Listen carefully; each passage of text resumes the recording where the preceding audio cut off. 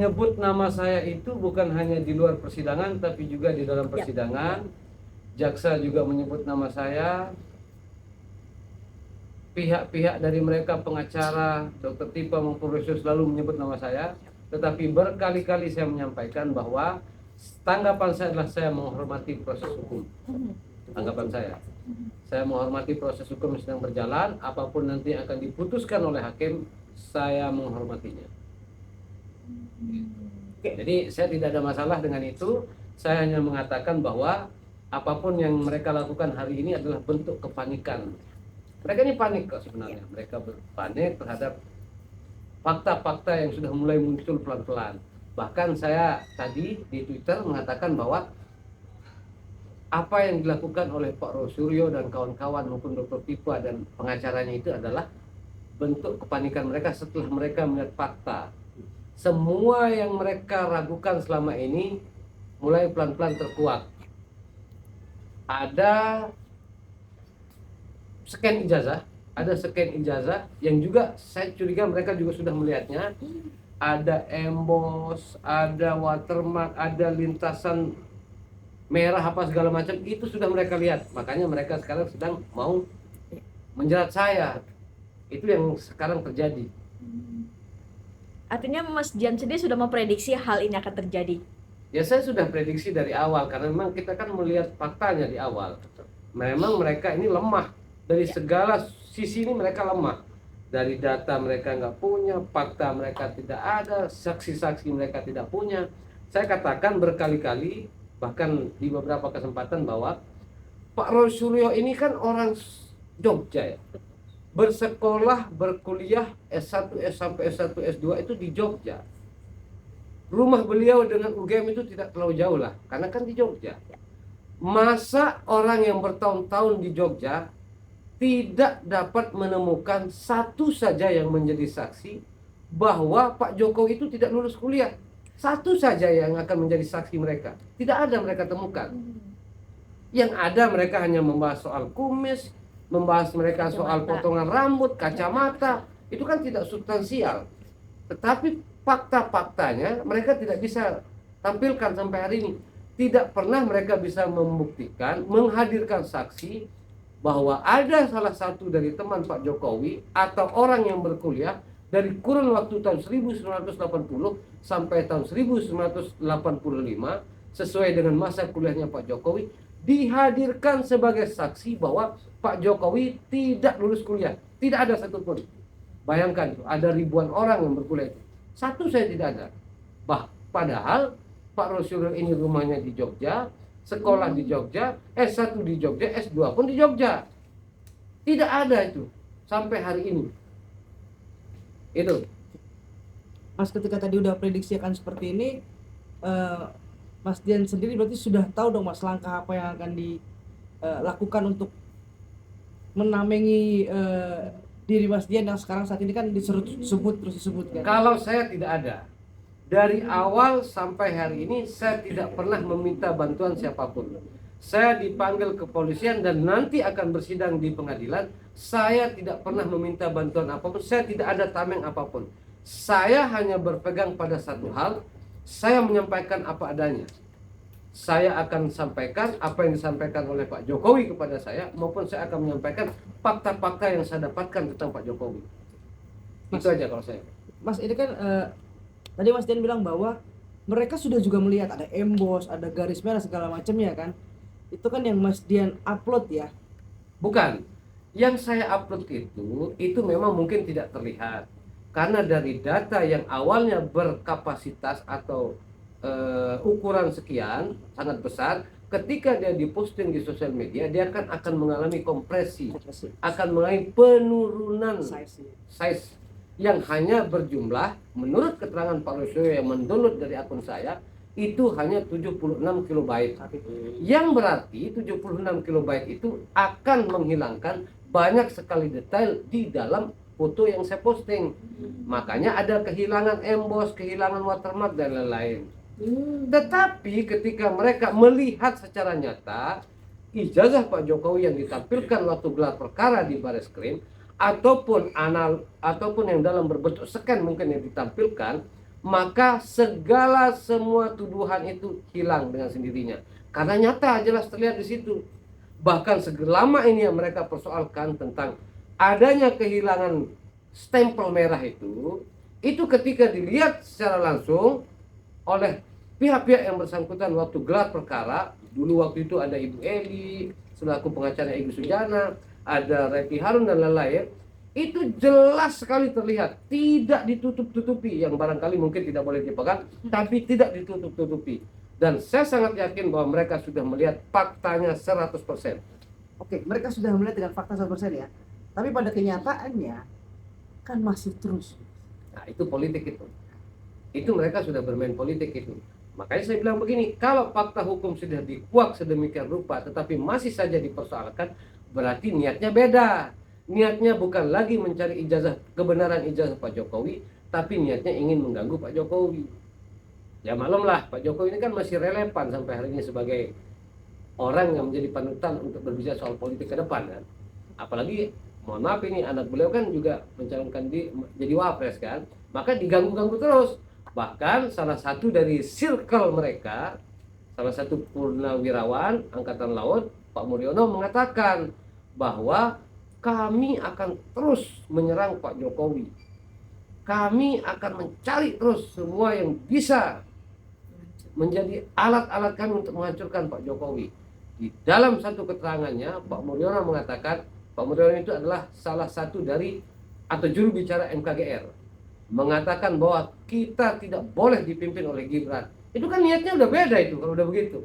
Sudah bukan lagi soal ijazah itu, tapi soal politik. Itu soal politik itu. Dan kami PSI selaku garda terdepan orang yang akan membela Pak Jokowi, kami sangat siap dengan apapun yang akan mereka lakukan.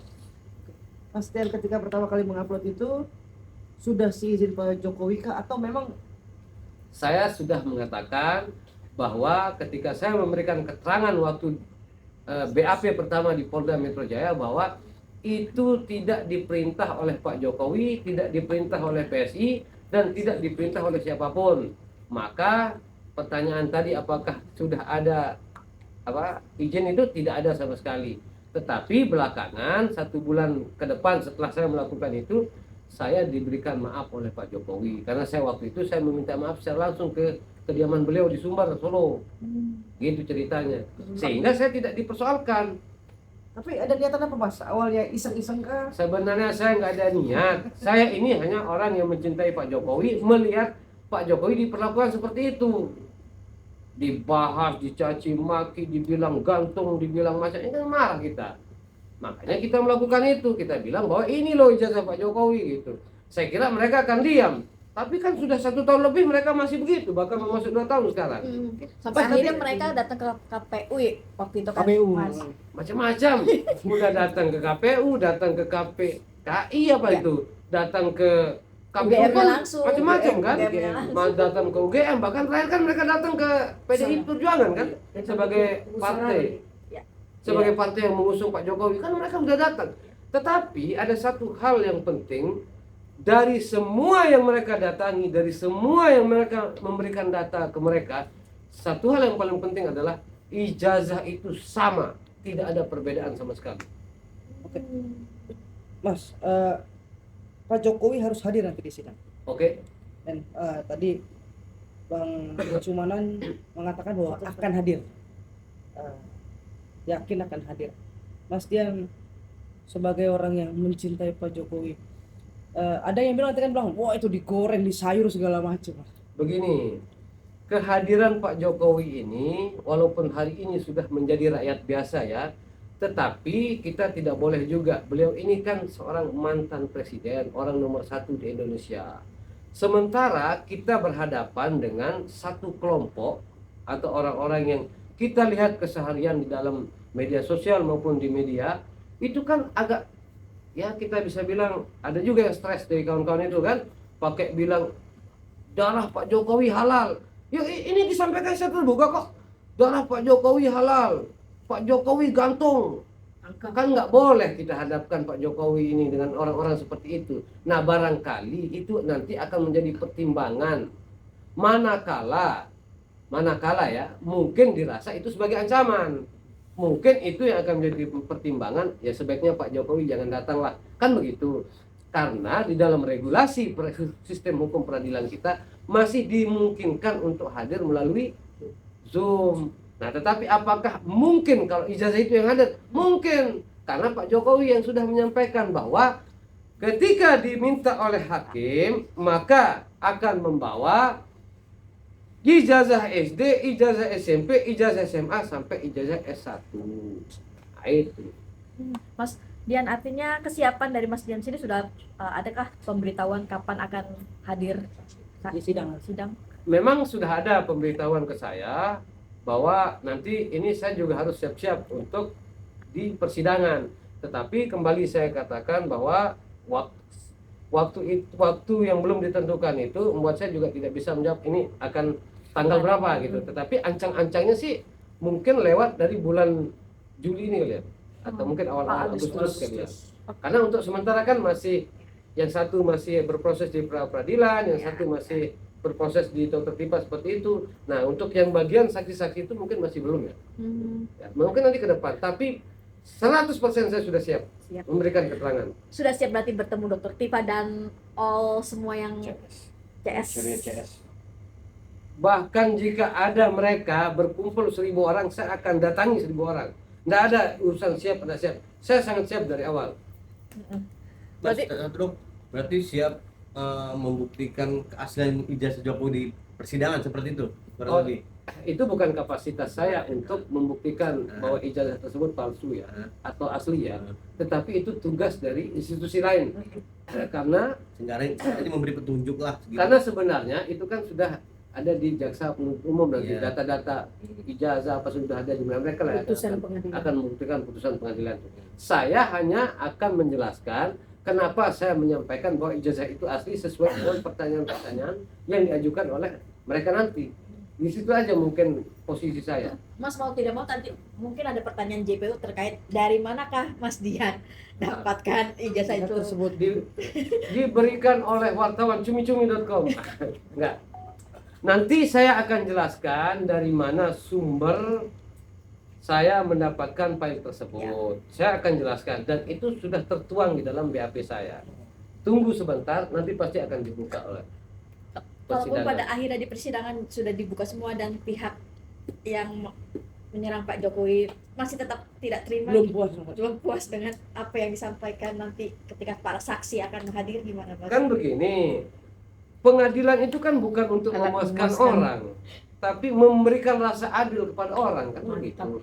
Apapun nanti yang akan saya sampaikan itu tertuang di dalam BAP yang mungkin saya akan disumpah juga secara agama gitu, maka saya harus mempertanggungjawabkan lahir batin. Itu memang yang terjadi sebenarnya gitu. Jadi saya nggak ada urusan dengan mereka puas atau tidak. Saya akan sampaikan apa adanya sesuai dengan yang tertuang di dalam BAP saya. Mengenai mereka menerima atau tidak itu bukan urusan saya. Oke? Thank you. Apa? Ini kan pencemaran nama baik. Ya. Pak, ijazah, pencemaran nama baik segala macam. Betul. Mas Dian melihat case ini sampai masuk pengadilan, sia-sia kan? Oh enggak. Keadilan itu sebuah rasa.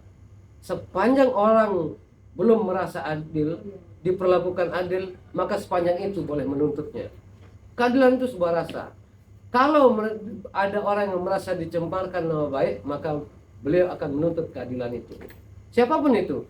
Mbak juga kalau misalkan ada yang mencemarkan nama baik Mbak merasa itu kurang adil diperlakukan seperti itu, maka Mbak akan menuntut.